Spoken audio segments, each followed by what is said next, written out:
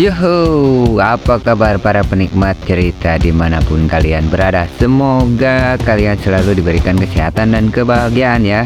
Oke, kali ini Mamang mau lanjutin bahas alur cerita serial manhwa yang berjudul The Beginning After the End. Langsung aja tanpa basa-basi kita geber.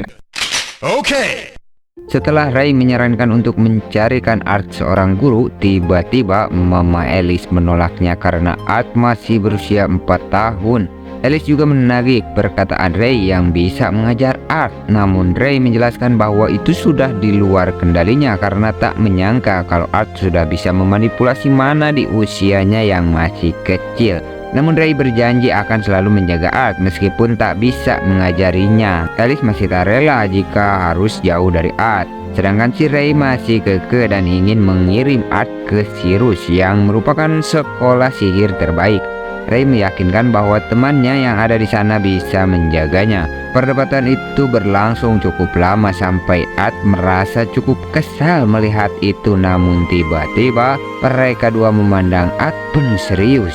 Ray meminta Art untuk memutuskan pilihannya sendiri. Art berpikir sejenak dan meminta keduanya untuk ikut menemui siapa yang akan menjadi gurunya nanti. Mereka berdua tertegun dan ketawa karena sebelumnya tak terpikir oleh mereka untuk ikut ke kota Sirius agar tak jauh dari si Art.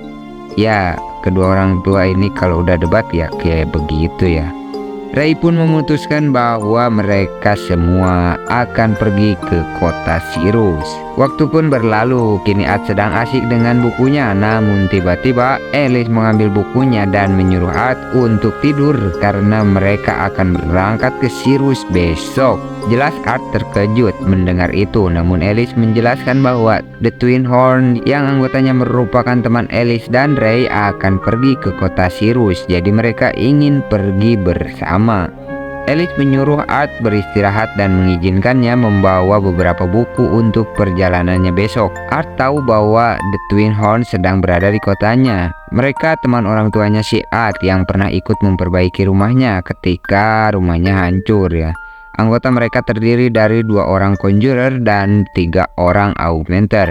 Ya, Art kini semakin semangat untuk melihat seperti apa dunianya yang sekarang. Pagi pun datang, Art dan kedua orang tuanya sudah siap untuk berangkat. Mereka berjalan ke perbatasan kota untuk menemui anggota The Twin Horn yang berada di sana. Ray sangat berterima kasih karena mereka diizinkan ikut dengan rombongan The Twin Horn. Ray pun menyuruh untuk Art memperkenalkan diri pada semua anggota The Twin Horn. Dengan hormat, Art memperkenalkan diri. Anggota pertama adalah Adam Kranz, seorang augmenter dengan keahlian tombak. Hei Cil, kau cukup imut ya. Apa si Ray ini benar-benar bapakmu, ha? Art gak tahu mesti gimana nanggepin candaan orang itu. Tiba-tiba seseorang menarik Art dari belakang dan wadidaw, kini si Art nyungsep di antara opai montok si tante cantik berambut pirang yang bernama Angela Rose, seorang conjurer dengan keahlian sihir angin. Jangan kayak gitulah tante, kan mau juga jadi mau nih. Lanjut, Art ditarik kayak kucing sama si Om yang badannya kayak titan ini sampai-sampai Art takut melihatnya. Si Om ini bernama Durden Walker, seorang conjurer dengan keahlian sihir tanah. Om Durden pun nurunin Art dan bersihin bajunya si Art ya. Hingga gak sadar senyumnya membuat Art merasa kalau Om Durden itu udah kayak Brian yang baik gitu. Namun pandangan Art teralihkan pada sosok cewek imut yang duduk di pagar. Dia bernama Jasmine Flambolt, seorang augmenter dengan keahlian belati ganda. Namun Jasmine hanya menundukkan kepala sebagai salam perkenalan mereka dan pergi ke kereta. Art terdiam sejenak, namun seseorang menyuruh Art untuk mengabaikan tingkahnya si Jasmine. Orang itu adalah cewek cantik bernama Helen Shard, seorang augmenter dengan keahlian panah sihir. Setelah berkenalan, mereka pun bersiap untuk berangkat. Mereka mengemasi semua perlengkapan yang akan dibawa dan berangkat dengan 2 kereta kuda. Tunggu mang, itu bukan kuda loh. Oh iya ya, ini kan kadal atau apa ya? Serah dah, yang penting kita berangkat lah. Waktu pun berlalu. Perjalanan mereka tidaklah mudah. Para monster terkadang menyerang mereka, namun dengan anggota para petualang yang berpengalaman, mereka bisa mengatasi semua itu. Mereka kini beristirahat karena malam sudah datang. Art terlihat begitu bete dengan perjalanan itu, namun Helen mencoba mencairkan suasana hatinya dan mengajaknya mengobrol. Namun tiba-tiba Adam ingin melakukan peregangan sebelum tidur. Dia meminta izin pada Ray untuk melakukan sparring dengan si Art. Padahal si Art gak mau, tapi dibawa paksa lah itu si Art sama si Adam ya. Dan mereka berdua pun bersiap adu mekanik. Oke lah kalau begitu, kita pemanasan dulu biar gak kram. Begitu pikir si Art. Tapi si Adam kok serem ya. Si Art mencoba memberi syarat sama bapaknya biar nggak jadi sparring, tapi malah dikasih semangat biar ngalahin si Adam. Art gak punya cara lain selain bertarung. Art pun mengeluarkan mode seriusnya. Inilah sosok raja terkuat yang terisekai. Art mengalirkan mana pada kaki dan tangannya. Art kini melesat memulai serangan. Adam yang sudah bersiap kini merubah posisi untuk bertahan menerima serangan si Art. Namun dengan sekejap Art membatalkan serangan itu dan sudah berada di belakangnya. Gerakan yang Art keluarkan tidak bisa dihandle oleh tubuh kecilnya sehingga membuat keseimbangannya terganggu. Adam cukup kaget melihat gerakan Art, namun hal itu membuatnya bersemangat. Kini Art sudah kembali untuk menyerang. Art mengalirkan mana pada pedangnya dan serangan itu bisa Adam hindari dan balik menyerang Art. Namun Art merendahkan badannya untuk menghindar dan Art membenturkan badannya dan Adam kini terjatuh. Art memanfaatkan momen itu untuk menyerang, namun Adam lebih cepat mengayunkan kakinya untuk menyerang. Art menjatuhkan badannya kembali untuk menghindari itu dan menahannya dengan satu tangan. Namun Adam yang sudah kembali ke posisi menyerang kini membuat Art terpojok dan sebuah tombak siap menghujam ke arah Art. Saat itu hukum ketiga Newton datang ke pikiran si Art. Untuk setiap aksi ada reaksi yang sama dan berlawanan. Bam! Mereka berdua terpental satu sama lain. Mang, kok si Art bisa tahu hukum Newton ya? Mamang juga gak tahu, mungkin Raja Grey hidup di abad ke-31 kali. Dah lah, lanjut. Keplak, si Adam dapat tabokan dari Om Durden karena terlalu keras melawan bocil. Namun Adam malah ngomel sama si Ray yang mengatakan kalau Ray belum pernah mengajari Art cara bertarung. Tapi ini si Art bertarung seakan udah melewati latihan keras. Ya bisa dibilang kayak latihan di neraka gitu. Ray pun menjawab kalau dia memang tak pernah mengajarkan teknik yang tadi Art pakai. Alice yang mengobati Art dengan sihir penyembuhnya pun langsung menanyakan kebenarannya. Art pun mencari alasan dan berkata kalau dia belajar dengan memperhatikan Ray dan membaca buku. Mendengar perkataan Art, anggota Twin Horn malah meminta untuk diajari. Art gak bisa menolak permintaan mereka dan mencoba menjelaskan beberapa teknik gerakan.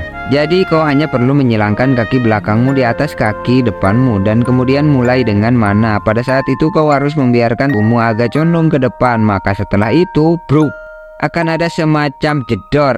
Semua tak berjalan sesuai rencana. Para anggota Twin Horn tidak bisa memahami apa yang disampaikan oleh si Art. Beberapa hari telah berlalu. Kini rombongan Art sedang beristirahat sambil mandi di sebuah air terjun. Hari ulang tahun Art sudah terlewat. Dia mendapatkan beberapa hadiah dan pelajaran tentunya. Adam, Helen, dan Ray melanjutkan latihan mereka dan sudah mengalami banyak kemajuan. Namun Art sangat terkejut pada kemajuan si Jasmine yang sudah bisa beberapa teknik karena dia paham arahan Art dengan cepat, terutama untuk langkah tipuan. Dan mereka pun berangkat melanjutkan perjalanannya. Mereka mengobrol dan bercanda di sepanjang jalan, namun Alice merasa mual dan lelah. Art yang melihat itu sangat khawatir, namun Alice menenangkannya dan mengatakan bahwa dia baik-baik saja. Mendengar itu, Art sedikit tenang dan kembali baca buku. Namun tiba-tiba Art merasa ada sesuatu yang membuatnya merasa tak nyaman. Jejeng. Jasmine mengintip si Art dan minta untuk diajarkan teknik baru. Art tak mempedulikan itu, namun tiba-tiba kereta berguncang dan berhenti. Semua orang di dalam menjadi panik. Helen berteriak, "Copet! Mang, mana ada copet di hutan, Mang? Ah, serius lah, Mang. Ini kan lagi tegang. Oh ya, maaf, bos. Maksudnya rampok alias bandit ya. Lanjut. Helen memberikan komando untuk melakukan penyerangan. Tante Rose bersiap dengan sihir anginnya. Sambil komat-kamit Tante Rose merapal mantra, Alice yang melihat itu segera mendekap Art untuk melindunginya. Dan wush, sihir angin yang cukup besar memutar melindungi kereta mereka dari serangan panah. Semua orang pun bersiap untuk bertempur. Namun Helen yang berada di atas kereta mendapatkan salah satu kakinya terkena anak panah karena sihir pertahanan Tante Rose tak bisa menahan semua serangan para bandit yang telah mengepung mereka. Dan nampaklah pemimpin bandit yang Ableh Goreng Patut Pika Sebelen memberi perintah pada bawahannya untuk tidak melukai ciwi-ciwi dan bocil, karena barang yang sudah rusak harganya akan murah. Begitu ucap pemimpin bandit itu. Art yang mendengar perkataan pemimpin para bandit menjadi murka dan menyadari bahwa dimanapun dia berada masih saja ada kejahatan. Mama Alice yang melihat raut muka Art langsung memeluknya dan menenangkan Art agar tidak takut. Bentar Ma, ini Art lagi marah bukan takut loh. Bodohlah yang jelas Mama Alice sayang, takut Art terluka ya. Lanjut aja, serangan kedua datang namun Om Durden menahannya dengan sihir tanah. Boom, seketika tanah terangkat menahan gempuran anak panah yang kedua. Namun beberapa anak panah bisa lewat mengarah pada Alice dan Art, namun Tante Rose bisa menahan itu dengan sihir anginnya.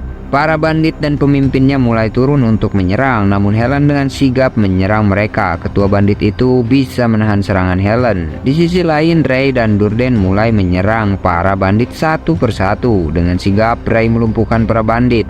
Namun Ray sedikit lengah dan nyaris terkena tebasan. Tapi Helen masih sempat melumpuhkan bandit yang ingin menyerang Ray. Jasmine, Adam, dan Tante Rose melindungi kereta, menahan gempuran para bandit yang bisa mendekat. Mereka cukup kewalahan menahannya karena jumlah para bandit yang begitu banyak.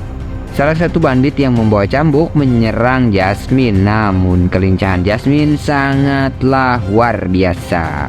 Serangan itu malah mengenai bandit lainnya, namun Jasmine dirugikan karena sudah berada dalam jangkauan serangan musuh yang terus memberikan serangan yang tak bisa Jasmine tahan semuanya. Tiba-tiba Ray terpental menubruk kereta yang dinaiki Art dan Alice. Kini Ray terluka cukup parah. Alice panik melihat bebeknya terluka akibat melawan pemimpin bandit Ableh Goreng Patut Pika Sebelen pokoknya mah.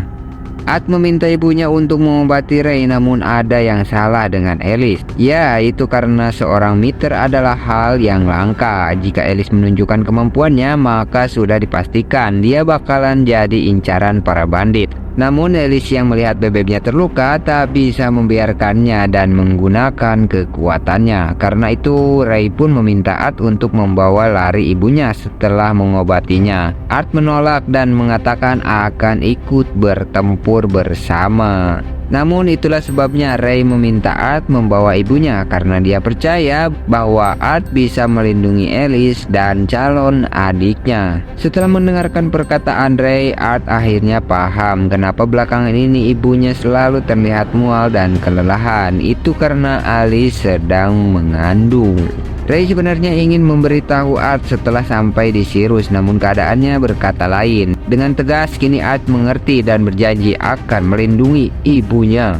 Ray memberitahu Art kalau para bandit memiliki 4 orang penyihir. Setelah mendapatkan semua informasi lawannya, Art bersiap untuk misinya. Namun pemimpin bandit yang melihat Alice menggunakan sihir penyembuh segera menyuruh bawahannya untuk tidak membiarkannya kabur. Art pun kini membawa ibunya untuk melarikan diri. Adam membukakan jalan untuk mereka. Satu orang bandit mencoba menangkap Alice, namun Adam bisa menahannya. Art dan Alice terus berlari, namun seorang pemanah menyerang mereka. Tapi Art menyadari serangan itu dan bisa menahan anak panah itu dengan pedang kayunya. Serangan itu begitu kuat, bahkan sampai mematahkan pedang kayu yang Art miliki. Pemanah itu terkejut melihat Art bisa menahan panahnya. Tiba-tiba sebuah anak panah menancap di kepalanya. Ya, itu adalah panah milik Helen. Dia menyuruh Art agar tidak berhenti berlari. Art kembali berlari, namun teringat informasi yang Ray berikan kalau para bandit itu memiliki 4 penyihir. Namun Art hanya melihat ada 3 orang. 1 orang yang dilawan oleh Ray, 1 orang yang dilawan oleh Adam, dan 1 orang lagi yang dilawan oleh Jasmine. Ya, kemana 1 orang lagi? Belum selesai Art berpikir, pemimpin bandit itu merubah misinya dan menyuruh si Damen ngekill mereka. Si Damen ini merupakan penyihir terakhir yang bersembunyi. Art yang mendengarkan teriakan pemimpin bandit yang sudah bonyok itu pun menjadi curiga, dan benar saja sebuah sihir air yang besar kini mengarah pada mereka berdua. Art berpikir kalau dia bisa melindungi diri dengan mana, namun tidak dengan ibunya. Art mendorong ibunya agar tidak terkena serangan sihir itu. Art mengeluarkan belati yang Jasmine berikan dan mengikatnya dengan benang mana. Art berpikir kalau dia tak bisa mengalahkannya, maka dia akan membawanya. Art kini terjatuh ke jurang dan menarik si penyihir dengan benang mana. Bandit penyihir itu mencoba bertahan, namun tepian jurang tak mengizinkan. Mereka berdua kini terhempas ke jurang yang dalam. Om Durden mencoba menggapai mereka dengan sihirnya, namun semuanya sudah terlambat. Art berharap bahwa ibunya akan baik-baik saja, namun air mata Art mengalir tak tertahan. Hati kecilnya mengatakan bahwa dia sangat ingin menjadi seorang kakak. Oke, kita lanjutkan keseruannya di video selanjutnya. Mamang minta maaf bila ada salah kata, salah ucap, dan salah-salah yang Mamang nggak tahu salahnya di mana. Apapun yang terjadi, satu pesan dari Mamang, jangan lupa minum sehabis makan. Oke, sampai ketemu lagi. Wassalam.